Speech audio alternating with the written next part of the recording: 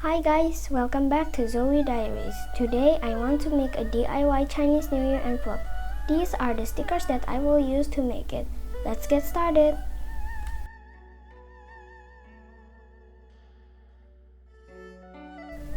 Now I want to make the pattern for the envelope.